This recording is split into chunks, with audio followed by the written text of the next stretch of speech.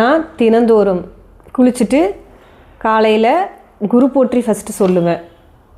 அது வந்து ஒவ்வொரு நாளும் ஒவ்வொரு மாதிரி முடிந்த அளவுக்கு காலையில் எழுந்தோடனே குளிச்சுட்டு குரு போற்றி, விநாயகர் துதி, கவசம், வேல்மாறல், சிவபுராணம், அபிராமி அந்தாதி என்னால் எவ்வளோ படிக்க முடியுமோ படிச்சிருவேங்க.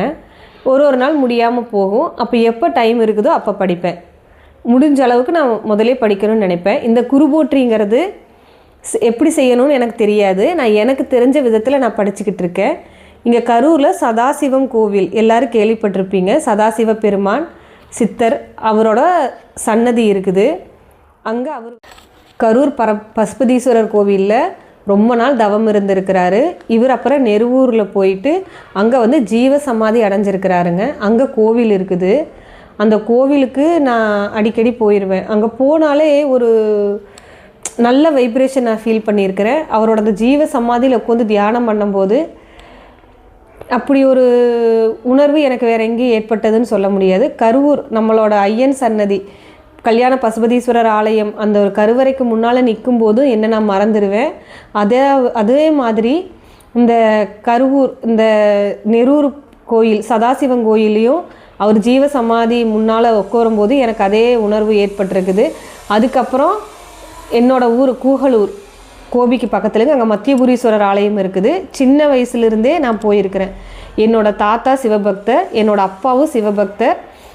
என்னோடய பள்ளி காலம், என்னோடய கல்லூரி காலங்களில் நான் வந்து மார்கழி மாத பூஜைக்கு என்னானாலும் எங்கள் அப்பா வந்து என்னை கூட்டிகிட்டு போயிடுவாங்க. எங்கள் அப்பா சொல்லி நானும் போயிருக்கிறேன். அப்போ வந்து சிவன் பிடிக்கும், ஆனால் இந்த அளவுக்கு ஒரு ஈடுபாடு வந்துதான்னு எனக்கு தெரியலை. இப்போ கொஞ்ச நாளாக ரொம்ப ஈடுபாடு அதிகமாக இருக்குது. சிவனை வந்து என்னோடய அப்பாவாகவே நான் உணர ஆரம்பிச்சிட்டேன். என்னோடய அப்பா இறந்து ஒரு 5 வருஷம் இருக்கும்.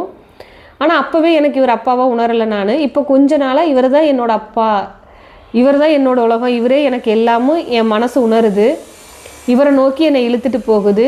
இவரோட புகழை நான் பரப்பணும், சொல்லணும், எனக்கு தெரியணும், நான் தெரிஞ்சுக்கணும், நான் தெரிஞ்ச விஷயத்தை எல்லார்த்து கூட பகிர்ந்துக்கணும்னு ஏதோ ஒரு உணர்வு.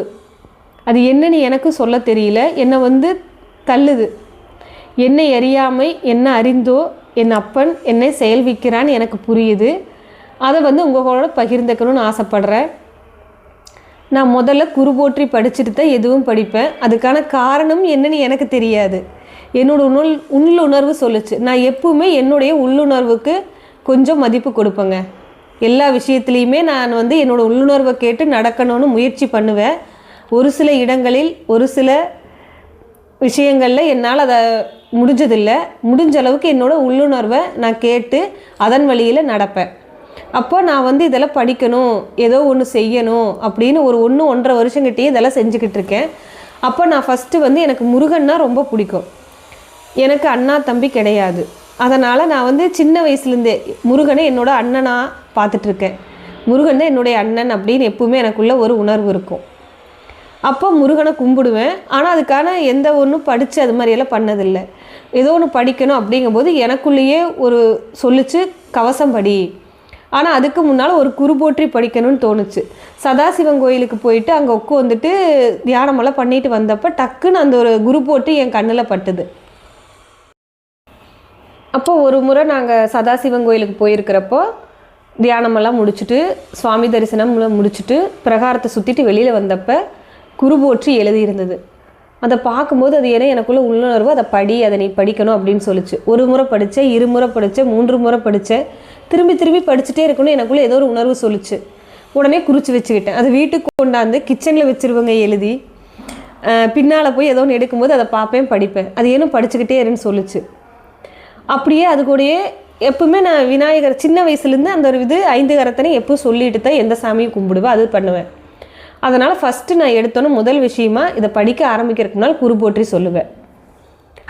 தெளிவு குருவின் திருமேனி காண்டல், தெளிவு குருவின் திருநாமம் செப்பல், தெளிவு குருவின் திருவார்த்தை கேட்டல், தெளிவு குரு உரு சிந்தித்தல் தானே. இதை ஃபஸ்ட்டு சொல்லிக்குவேங்க. அதுக்கடுத்து விநாயகர் போற்றி. 5 கரத்தனை ஆணை முகத்தினை இந்தின் இளம்பிறை போலும் ஏற்றனை நந்தி மகந்தனை ஞான கொழுந்தினை புந்தியில் வைத்தடி போற்றுகின்றேனே. இதை படிச்சுட்டு அப்புறம் தான் நான் கவசம் படிக்க ஆரம்பிப்பேன்.